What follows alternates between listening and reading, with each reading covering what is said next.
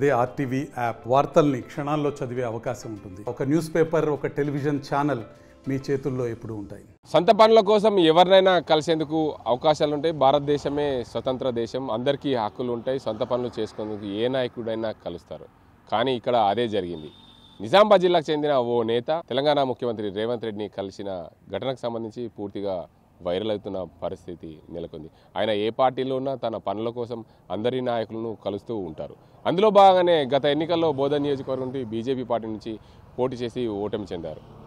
అయితే ఆయన అంతకుముందు తెలుగుదేశం పార్టీలో ఉండే మారిన సమీకరణలతో కాంగ్రెస్ పార్టీలోకి జాయిన్ అయ్యారు. తెలంగాణ రాష్ట్రం ఏర్పడ్డ తర్వాత బీఆర్ఎస్ పార్టీలో జాయిన్ అయ్యారు.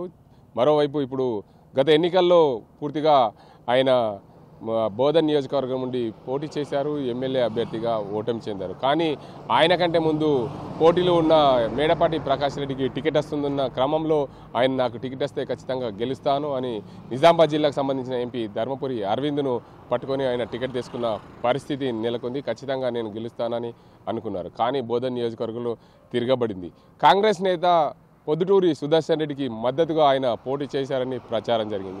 అదే కోణంలో కూడా మేడపాటి ప్రకాష్ రెడ్డికి టికెట్ రాలేదనే చర్చ కొనసాగింది. ఏదేమైనప్పటికీ నిజామాబాద్ జిల్లాకు చెందిన ఆయన రైస్ మిల్ అసోసియేషన్కు సంబంధించిన ప్రెసిడెంట్గా కొనసాగుతున్నారు. రాష్ట్ర వ్యాప్తంగా కూడా ఆయన ఎన్నో పదవులు పొందారు రైస్ మిల్ అసోసియేషన్ ద్వారా. కానీ నిజామాబాద్ జిల్లాలో సీఎంఆర్ రైస్ ఇవ్వాలంటే ఆయనకు అడగంది ఇవ్వని పరిస్థితి. అందులో భాగంగానే మొన్న జరిగిన అవకతవకలు సీఎంఆర్ రైస్కి సంబంధించిన అవకతవకలు ఆయన ప్రధాన పాత్ర ఉంది. ఆయన కూడా అందులో భాగస్వామిగా ఉన్నారని చర్చ సాగింది. దానికి అందరూ గతంలో బోధనలో జరిగిన ఐటీకి సంబంధించిన శివరాజ్కి సంబంధించిన ఓ కేసులో ఆయన కూడా హస్తం ఉందని చర్చ కొనసాగుతుంది. ఏదేమైనప్పటికీ నిజామాబాద్ జిల్లాకు సంబంధించిన ఆ నేత సీఎం రేవంత్ రెడ్డిని కలవడం పూర్తిగా చర్చాంశమే. ఎందుకంటే కాంగ్రెస్ పార్టీకి సంబంధించిన ముఖ్యమంత్రి రేవంత్ రెడ్డిని కలవడం, ఆయన రాష్ట్రంలో తన పలుకుబడి కోసం, తన సీఎంఆర్కి సంబంధించిన బిల్లుల కోసం ఆయన ఏదైనా చేస్తారు, ఎవరినైనా కలుస్తారని చర్చ కొనసాగుతుంది. తన స్వలాభం కోసమే ఆయన పనులు చేస్తారని చర్చ కొనసాగుతున్న పరిస్థితి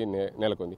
ఏదేమైనా నిజామాబాద్ జిల్లాకు సంబంధించిన ఆ నేత గతంలో అధికారంలో ఉన్న బీఆర్ఎస్ పార్టీకి సంబంధించిన నేతలకు అత్యంత సన్నిహితంగా ఉన్నారు. ఆ సమయంలో ఆయన పూర్తిగా సీఎంఆర్కి సంబంధించి రైస్ మిల్ అసోసియేషన్ ఆయన చెప్పు చేతుల్లో పెట్టుకొని సీఎంఆర్కి సంబంధించిన రైసులు ఏ రైస్ మిల్కి ఎంత ఇవ్వాలని, ఎవరికి ఎంత ఇవ్వాలి, ఏం చేయాలని ఆయన మాటల్లో నడిచింది. కానీ ఇప్పుడు కూడా కాంగ్రెస్ పార్టీ అధికారంలోకి వచ్చిన తర్వాత ఆయన కూడా అదే చేయాలనుకున్నారు. అందులో భాగంగానే రాష్ట్ర ముఖ్యమంత్రి రేవంత్ రెడ్డిని కలిసినట్లు సమాచారం.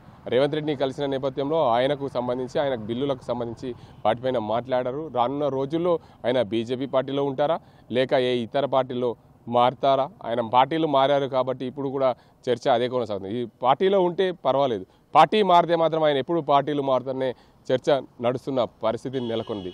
ఏదేమైనప్పటికీ నిజామాబాద్ జిల్లాకు చెందిన ఆ నేత Mohan Reddy rice mill association ప్రెసిడెంట్గా కొనసాగారు. ఆ మోహన్ రెడ్డి పూర్తిగా జిల్లాకు సంబంధించిన రైస్ మిల్లందరినీ కూడా చెప్పు చేతుల్లో పెట్టుకుని ఏ రైస్ మిల్కు ఎంత ఇవ్వాలనే ఉద్దేశం మీద ఆ జిల్లాకు సంబంధించిన సివిల్ సప్లై అధికారులతో దానికి సంబంధించి పూర్తిగా సీఎంఆర్ రైస్ మిల్కు ఎవరికి ఎంత ఇవ్వాలని ఆయన మాటల్లో జిల్లాకు సంబంధించిన అధికారులు కూడా ఆయన మాట వినే పరిస్థితికి నెలకొంది. అందులో భాగంగానే సీఎం రేవంత్ రెడ్డిని కలిశారనే చర్చ జరుగుతుంది. ఆ రేవంత్ రెడ్డిని కలిసిన మతలబ్ ఏంటి, ఎందుకు కలిశారు, ఆయన కావాల్సిన నిధులు విడుదల కోసమా, లేకుంటే ఆయన మీద చూసుకోవడానికి కోసమా అనేది రానున్న రోజుల్లో కాలమే చెప్పాల్సి ఉంది. ఇది ఇక్కడ పరిస్థితి. కెమెరా సాజింతో గంగారెడ్డి, RTV నిజామాబాద్. మరిన్ని వీడియోస్ కోసం ఛానల్ ని సబ్స్క్రైబ్ చేయండి. లేటెస్ట్ అప్డేట్స్ కోసం వాట్సాప్ ఛానల్ ని ఫాలో చేయండి. అండ్ లింక్ డిస్క్రిప్షన్ లో ఉంది.